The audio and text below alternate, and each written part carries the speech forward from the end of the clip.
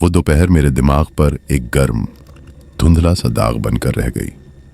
ऐसा लगता है जैसे समय ने खुद को वहीं जमा दिया हो, उस घर की चुप्पी में, उस सन्नाटे में जो कभी टूटा ही नहीं। मेरा नाम अमन है और आज इस कुर्सी पर बैठा मैं वो सब कुछ कहने जा रहा हूं जिसे मैंने सालों से अपने भीतर दबा रखा था, क्योंकि अब डर लगता है कि अगर मैंने नहीं कहा तो शायद मेरे साथ ही ये सच हमेशा के लिए दफन हो जाएगा, और वो नहीं चाहेगी। सब कुछ शुरू हुआ था उस गर्मी की एक दोपहर जब पिताजी का फोन आया। उनकी आवाज में वो अजीब सी जल्दबाजी थी जो तब होती है जब कोई बहुत देर से दबा रहा राज एकदम से बाहर निकलने को हो। अमन, तुझे अभी आना होगा, गांव, दादाजी का घर, कोई ज़रूरी काम है। मैं मुंबई में अपने छोटे से फ्लैट में था, एयर कंडीशनर की भिनभिनाहट के बीच। पिताजी गांव में अकेले रहते थे माँ के जाने के बाद से। क्या हुआ, सब ठीक तो है? हाँ, बस आजा जल्दी। और लाइन कट गई। उनकी आवाज़ में कुछ था, एक कंपी, एक डर जो शब्दों से ज़्यादा उनकी सांसों के फैलाव में था। मैंने अगले ही दिन ट्रेन पकड़ी। पूरा सफ़र मैं खिड़की से बाहर धुंधले परिदृश्यों को देखता रहा, मन में एक अजीब सी बेचैनी लिए। पिताजी हमेशा से शांत, संयमित इंसान रहे थे। उन्होंने कभी जल्दबाजी नहीं दिखाई। ये पहली बार था। गांव का स्टेशन उसी तरह था जैसा मैंने बचपन में याद किया था, सुनसान, धूप में तपता हुआ। ट्रेन चली गई तो सन्नाटा और गहरा हो गया। सिर्फ साइकिल रिक्शे वालों की आवाजें थीं जो दूर से आकर फिर दूर चली जाती थीं, जैसे किसी सपने की आवाजें। पिताजी मुझे लेने नहीं आए थे। मैंने एक रिक्शा लिया। रास्ते में रिक्शे वाले ने पूछा, कहाँ जाना है बाबू? ओमकारनाथ तिवारी का घर, पुराना हवेली जैसा, शहर के बाहर। रिक्शे वाले का चेहरा बदल गया। उसने रिक्शा रोक दिया। वहां मत जाओ बाबू। क्यों, क्या हुआ? वो घर, वो अभिशप्त है, सालों से कोई नहीं जाता। आपके पिताजी भी, वो भी अब वहां नहीं रहते, पास वाले घर में रहते हैं। वो हवेली, उसमें कुछ है। रात को आवाजें आती हैं, चीखें, और कभी कभी दोपहर में भी गाने की आवाज आती है। एक औरत गा रही होती है, पर वो गाना सुनकर रोंगटे खड़े हो जाते हैं। मैं चुप रहा। अंधविश्वास। गांवों में ऐसी कितनी ही कहानियां फैली रहती हैं। चलिए, मुझे वहीं ले चलिए, पिताजी मिल जाएंगे। रिक्शे वाला हिचकिचाया, फिर चल पड़ा, लेकिन उसके पैडल मारने की रफ्तार बताती थी कि वो जल्दी से यहां से निकलना चाहता था। दादाजी का घर, वो हवेली सच में अभिशप्त लग रही थी। 3 मंजिला, लाल पत्थरों से बनी, पर अब वो पत्थर काले पड़ गए थे, जैसे आग में झुलस गए हों।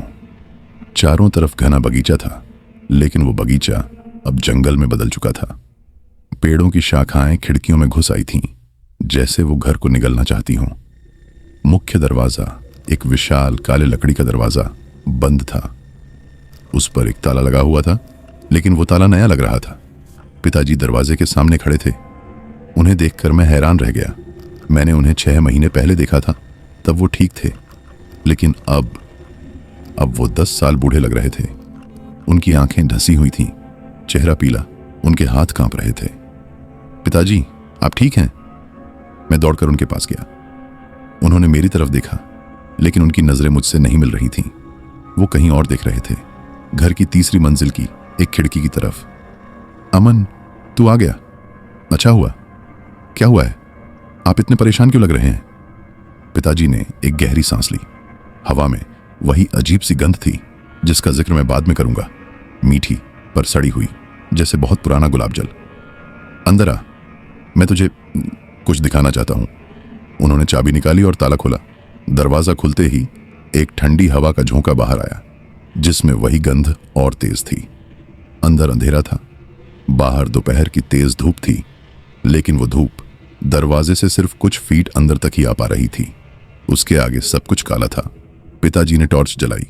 सावधान से चलना, फर्श टूटा हुआ है। हम अंदर दाखिल हुए। मेरी आंखें अंधेरे के आदी होने की कोशिश कर रही थीं। टॉर्च की रोशनी में मैंने एक विशाल हॉल देखा। फर्श पर संगमरमर के पत्थर थे, पर अब वो टूटे हुए, धूल से ढके हुए थे। दीवारों पर पेंट उखड़ चुका था और उन पर कुछ चित्र बने हुए थे। अजीब चित्र, ज्यामितीय आकृतियां, उलटे स्वस्तिक कुछ ऐसे चिन्ह जो मैंने कभी नहीं देखे थे। ये क्या है पिताजी? मैंने पूछा। तुम्हारे दादाजी के शोध का हिस्सा, पिताजी ने कहा। उनकी आवाज फुसफुसाहट में बदल गई थी। वो सिर्फ जमींदार नहीं थे अमन, वो एक साधक थे, तांत्रिक। मैंने सुना था कि दादाजी को तंत्र मंत्र में रुचि थी, लेकिन इतना यह नहीं जानता था। किसकी साधना करते थे वो? पिताजी ने टॉर्च की रोशनी दीवार पर एक विशेष चिन्ह पर डाली। वो एक उलटा त्रिकोण था जिसके बीच में एक खुली हुई आंख बनी थी। कर्ण पिशाचिनी की। यह नाम सुनकर मेरे शरीर में एक सिहरन दौड़ गई। ऐसा लगा जैसे कोई बर्फीली उंगली मेरी रीढ़ पर फिर गई हो। कर्ण पिशाचिनी, वाम मार्ग की सबसे शक्तिशाली साधना। पिशाचिन वो सिर्फ रक्तपाई नहीं होते, वो आत्मा के सार को, चेतना के मूल को खा जाते हैं।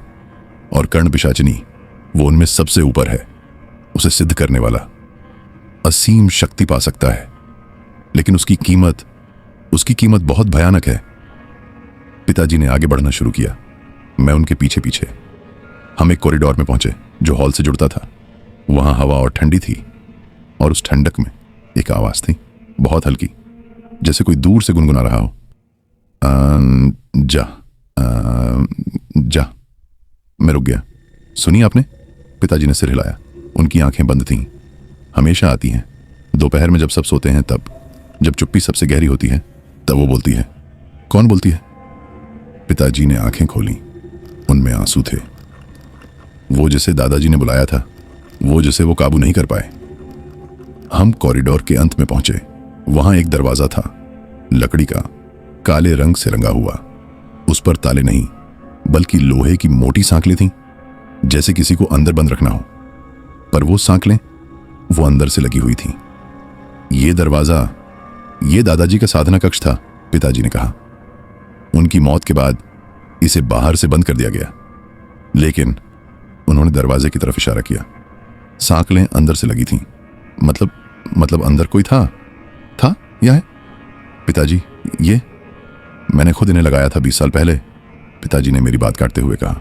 बाहर से, ताकि कोई अंदर ना जा सके और कोई बाहर ना आ सके। मैं दरवाजे के करीब गया। उसमें एक छोटी सी दरार थी। मैंने उसके अंदर झांकने की कोशिश की। अंधेरा था, पर फिर कुछ हिला। एक चमक, 2 चमकती हुई चीजें, आंखें। मैं पीछे हट गया। अंदर कोई है? नहीं, पिताजी ने कहा। उनकी आवाज टूटी हुई थी। कोई नहीं है, सिर्फ वो है। तभी दरवाजे के पीछे से आवाज आई, एक औरत की आवाज, मधुर, मगर उस मधुरता में एक ऐसी खालीपन थी जो रोंगटे खड़े कर देती थी। बेटा, मेरा बेटा, तू आ गया। मैंने तेरा इंतजार किया। पिताजी ने अपने कान बंद कर ली। नहीं सुनो उसे, वो झूठ बोलती है, वो सबको झूठ बोलती है। लेकिन आवाज जारी थी। तू मुझसे डरता है, मत डर, मैं तेरी हूं, तू मेरा है, हमेशा से रहा है। मैंने दरवाजे से दूर भागने की कोशिश की, लेकिन मेरे पैर जम गए थे। वो आवाज सीधे मेरे दिमाग में जा रही थी, कानों से नहीं। तेरे दादा ने मुझे बुलाया, पर वो कमजोर था। तू मजबूत है, मैं देख सकती हूं। तू मुझे संभाल सकता है, तू मुझे आजाद कर सकता है। चुप, पिताजी चिल्लाए। उनकी आवाज में एक ऐसा दर्द था जो सालों का था। उसे मत सुनो अमन, वो तुझे बर्बाद कर देगी। दरवाजे के पीछे से एक हंसी आई, ठंडी, कर्कश हंसी। तू उसे रोक नहीं सकता देवेंद्र। तू खुद डर गया था, तू भाग गया था, पर ये भागेगा नहीं, क्योंकि ये जानना चाहता है। ये जिज्ञासु है, और जिज्ञासा ही तो मनुष्य को नरक में ले जाती है। पिताजी ने मेरा हाथ पकड़ा। चलो यहां से अब। वो मुझे खींचते हुए बाहर ले गए। मैंने पीछे मुड़कर देखा। दरवाजे की दरार से एक आंख दिखी, लाल आंख, जलती हुई लाल आंख। हम बाहर निकले, दरवाजा बंद किया। पिताजी ने ताला लगाया। उनके हाथ इतना कांप रहे थे कि चाबी गिर गई। पिताजी, क्या है वो? मैंने पूछा। मेरी सांसें तेज चल रही थीं। पिताजी ने जमीन पर बैठकर अपना सिर हाथों में ले लिया। मैंने सोचा था कि तुझे नहीं बताऊंगा, पर अब तू सुन चुका है उसे। अब तू सुरक्षित नहीं है। वो धीरे धीरे बोलने लगे। उनकी आवाज में एक थकान थी, एक ऐसी थकान जो शरीर की नहीं, आत्मा की होती है। तुम्हारे दादाजी, उन्होंने कर्ण पिशाचिनी की साधना शुरू की थी 30 साल पहले। वो किताबें लाते, यंत्र बनाते, मंत्र पढ़ते। मैं तब 10 साल का था। मुझे डर लगता था। फिर एक दिन उन्होंने मुझे बुलाया। उन्होंने कहा, देवेंद्र, तुझे एक बड़े काम के लिए तैयार होना होगा। मैंने पूछा, क्या काम? उन्होंने कहा, मेरी साधना पूरी होने वाली है और उसके लिए एक उपयुक्त शरीर चाहिए। एक ऐसा शरीर जो मेरे खून से हो। तू मेरा बेटा है, तू सही होगा। पिताजी की आंखों से आंसू बहने लगे। मैं डर गया। मैं भागा। मैंने मां को बताया। मां ने दादाजी से झगड़ा किया। उस रात दादाजी ने खुद ही साधना पूरी करने की कोशिश की। वो उस कमरे में गए और फिर चीखें सुनाई दी, उनकी चीखें और एक औरत की हंसी। जब हमने दरवाजा तोड़ा, अंदर दादाजी की लाश पड़ी थी। उनका चेहरा एक ऐसे डर से विकृत था जिसकी कल्पना भी नहीं की जा सकती। और दीवार पर खून से लिखा हुआ था, मैं आजाद हूं। मैं सुनता रह गया। मेरा दिमाग इस कहानी को पचा नहीं पा रहा था। हमने दरवाजा बंद कर दिया, पंडितों को बुलाया। उन्होंने कहा, दादाजी ने पिशाचिनी को बुला तो लिया, लेकिन उसे बांध नहीं पाए और अब वो उस कमरे में कैद है। पर कैद है तो क्या, वो बोलती है, वो लोगों को बुलाती है और जो उसकी बात सुन लेता है वो उसका हो जाता है। पर आप तो बच गए। मैंने कहा, बच गया? पिताजी ने एक कड़वी हंसी हंसी। नहीं अमन, मैं नहीं बचा। मैं सिर्फ जिंदा हूं। पर हर दोपहर जब ये सन्नाटा पसरता है, मैं उसकी आवाज सुनता हूं। वो मुझे बुलाती है, मुझे अपने पास बुलाती है। और एक दिन मैं नहीं रोक पाऊंगा खुद को। मैं चला जाऊंगा उसके पास। उस रात जब हम पास के घर में सोने चले गए, मैं सो नहीं पाया। हर आवाज पर मेरा दिल धड़कता। खिड़की से बाहर वो हवेली अंधेरे में एक विशालकाय जानवर की तरह खड़ी थी और मुझे लग रहा था वो मुझे देख रही है। जब आखिरकार नींद आई तो सपना आया। मैं उसी कमरे के दरवाजे के सामने खड़ा था। सांखलें अपने आप खुल रही थीं। दरवाजा खुला, अंदर अंधेरा था और उस अंधेरे में एक औरत खड़ी थी, सफेद साड़ी पहने हुई।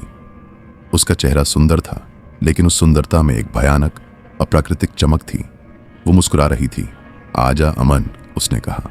उसकी आवाज वही थी जो दरवाजे के पीछे से आई थी। डर मत, मैं तुझे नुकसान नहीं पहुंचाऊंगी। मैं तो तुझे पूरा करूंगी। तू कौन हो? मैंने पूछा। वो आगे बढ़ी। उसके कदमों से आवाज नहीं आ रही थी। वो हवा में तैरती हुई लग रही थी। उसने अपना हाथ उठाया।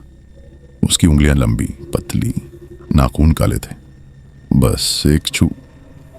बस एक छू से तू सब कुछ जान जाएगा।